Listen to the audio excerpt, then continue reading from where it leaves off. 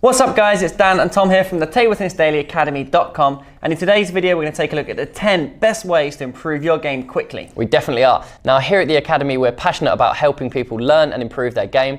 Now you can also buy the Academy now as a gift option, which is perfect for Christmas or birthdays, so check that out in the links below. But for now, let's check out the top 10 tips to improve your game. Okay guys, so tip number 1 is nail the basics. Now many players neglect the basics early on, and the problem with that is long term, it's very hard to have shot efficiency and consistency. You can break down very quickly. Yeah, exactly. So you want to make sure you've got these fundamentals right before moving on to more complex shots. Let's just take a look at the forehand drive. So the forehand drive is the building block to a forehand topspin. Now, many players do the forehand topspin but can't do this well. And this is so key. Getting the right touch, movement. This helps timing as well. And you can see here we've got short and efficient shots. The consistency's high and we're not going too fast. We're playing at a slow and controlled speed. Now if we move across to the backhand, the same on the backhand. Short, efficient, the ball placement is good. Exactly that, Tom. And the rally doesn't break down. That's it. And like what we're trying to highlight here is that develop the basics, spend a lot of time on the basics.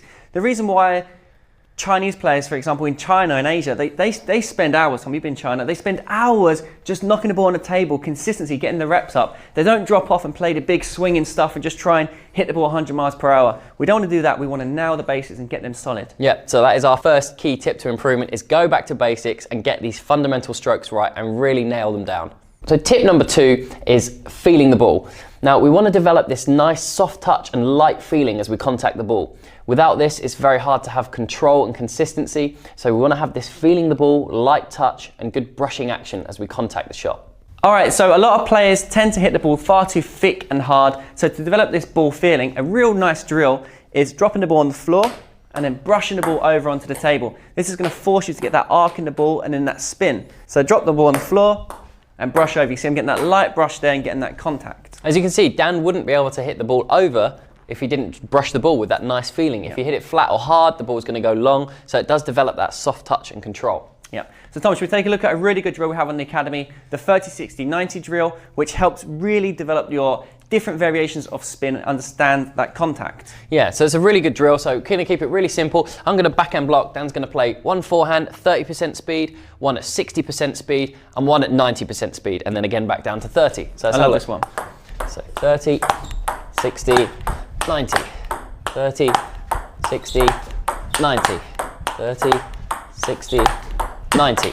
So there, really good way of developing feeling the ball, not going one hard, firm speed. You're actually learning to control the tempo and the way you contact the shot. Yeah, so many players just play at one tempo, and that's really difficult to develop the feeling and touch. Variation is absolutely key in your shots. This is a fantastic drill because being able to control the speed of your shots means you develop that touch and feeling on the ball and adds a lot of control. Okay, tip number 3 is developing weight transfer of your technique. A lot of players avoid this. They end up using a lot of the arm when they're playing and they're quite stiff upper body. Now practice using the legs and hips, trunk and rotation as you play shots. So if we take a look at the forehand topspin, I've got a good bend in the knees and I'm putting my weight into my right hand side as a right hander. My weight goes to my right leg, hips turn and then the weight goes into the left leg. So the energy comes from the ground up and then my arm is relaxed into the ball, and that's really important, developing that in your shots. Same with the backhand, turn with the hips and then play into the shot. Then the arm comes in. Rather than the arm on its own statically, it's very difficult. So using the body, it's going to give you that energy. Let's use the forehand topspin as an example without any weight transfer, and let's see what happens to the shot quality. So, no weight transfer, just the arm on its own. It's actually quite hard to move the feet as well. This is very tiring just using the arm. Now, let's do the shot where I use my legs and body and shoulders going into the ball, and let's see the difference. I'm looking to get power from the ground up and then the arm staying nice and relaxed. So turn the body and hips, and now it's nice and effortless, and I can get that feeling on the ball as well. Yeah, so you can see the legs is driving into the ball, and that's where you can really get a lot of power and acceleration long term. So developing weight transfer is key to have nice, effortless, consistent shots. So tip number 4 is footwork. Now, a lot of players may think that they miss due to having poor technique and it breaking down. However, quite often it can be because they're not getting into position with the feet. So they're reaching outside the body, or they're simply too far away from the ball to play a quality shot. So footwork is key. So let's have a look at a quick, simple footwork drill of 2 backhands, 2 forehands, and I'm going to try and move efficiently. So as you can see, I'm nice and low. I'm on the balls of my feet. I'm light on my feet as well. You don't hear any loud stomping on the ground.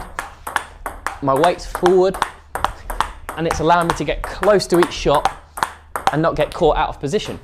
Tip 5, guys, is timing point. Now, a real common error in table tennis is players playing their shots at all different timing points. It means you can break down really quickly. You're not training your shot at the same timing point, which helps you be consistent. Exactly right, Dan. Now, the optimum timing point is, of course, at the top of the bounce, so the highest point, and that gives us the most safety over the net and allows us to hit the ball in front of the body. A lot of the time, players are hitting the ball level with the body or even behind, and it makes it very difficult to get control. So we're looking for top of the bounce and in front of the body.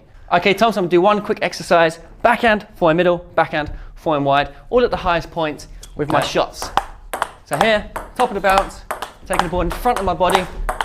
Now I can be nice and consistent. If I take the ball late, now we can break down from here. See how quickly the rally deteriorated there. Yeah. When Dan was maintaining that same timing point and the same rhythm without speeding up, which is key, it's keeping the same timing, same rhythm, the rally stayed nice and solid and consistent. As soon as the timing point changes, it becomes too quick or too late, like Dan demoed, the rally breaks down and consistency goes straight downhill.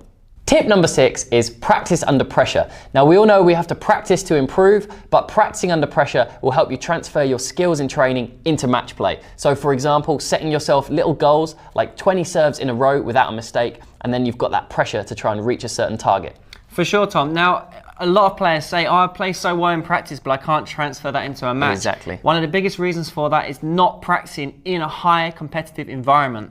So you've got to, when you're practicing with friends, you've got to put some targets on it. Maybe you play a lot of juice matches, or play lots of local league, play lots of tournaments. You got to up the competitive environment, and then that's going to help you really improve your game. If you just practice always in a calm environment, it's very hard to bring that into a competitive environment like a match. Exactly right. Also, plenty of irregular training drills. It's all very nice playing regular drills where you know where the ball's coming, but irregular practices where you're not sure about the ball placement really helps you transfer those skills, puts a bit more pressure and decision making on you to take forward into your games. Now, Tom, a good exercise that a lot of pros do, and even just from all abilities, is one side doing a backhand block and then blocking anywhere on the table. That randomness is so good for developing those strokes. You're not sure where the ball's going, and it improves decision making. So practice under pressure. So tip number 7 is video analysis and feedback. Now, watching yourself play is a fantastic way to improve at table tennis. It's quite underrated. Tom here, he's got a recent match in the Swedish league and he's analysing himself. He's seeing if he's attacking first, looking at the mistakes he's making. Also, you can record yourself in training, analyse your technique, learn from the mistakes. It really is a great way. I mean, a lot of people don't like recording themselves or seeing themselves on camera for the first time, but it's such a good way to improve. You can just see exactly where you're going wrong, but also where you're going right, so you can get a lot of confidence from it.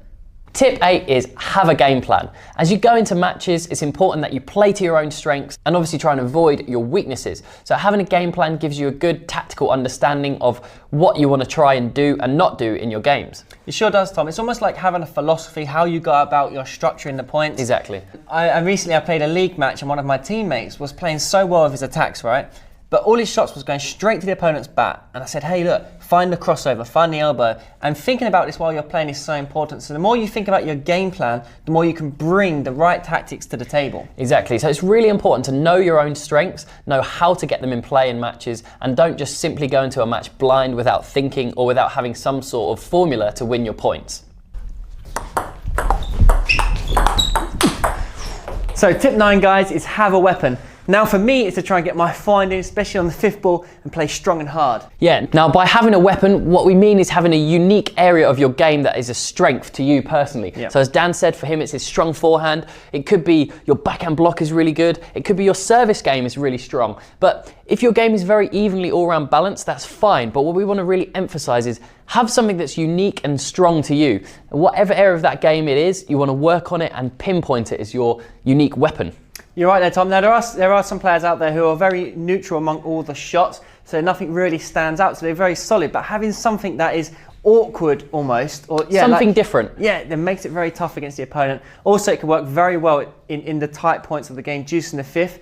If you can look to get your weapon in, the opponent can be under a lot of pressure and under a lot of threat. Definitely, and if you feel you don't really have a weapon or something unique to your game, there's no reason why you can't develop this. Serve practice is one easy thing you can do. You can do it on your own, and you can really develop unique and dangerous serves. You can also work on other areas of your game, so there's no reason you can't develop this and build it into your game. Finally, tip number 10, and that is have fun and enjoy it. There's no point going to practice and trying to improve if you're not enjoying it. So it is important, after all, that you're going there and having fun and enjoying yourself, and that will in turn help you improve. For sure. And I think also by having fun, it also means don't take things too seriously where you end up worrying or getting discouraged that you're not improving. Having fun and really enjoying the moments will make you improve quickly, because as Tom says, you enjoy it, then what happens is you're practicing, you start relaxing up more, and then you really find your way in the game. Exactly. So be sure to check out the Table Tennis Daily Academy, where we go into all these details on finer points, like the technical areas, the mental aspects, and serve and return. So check that out in the links below. But for now, guys, be sure to give this video a like. Let us know in the comments what other tips you use to improve your game. Subscribe for more videos. Thanks for watching.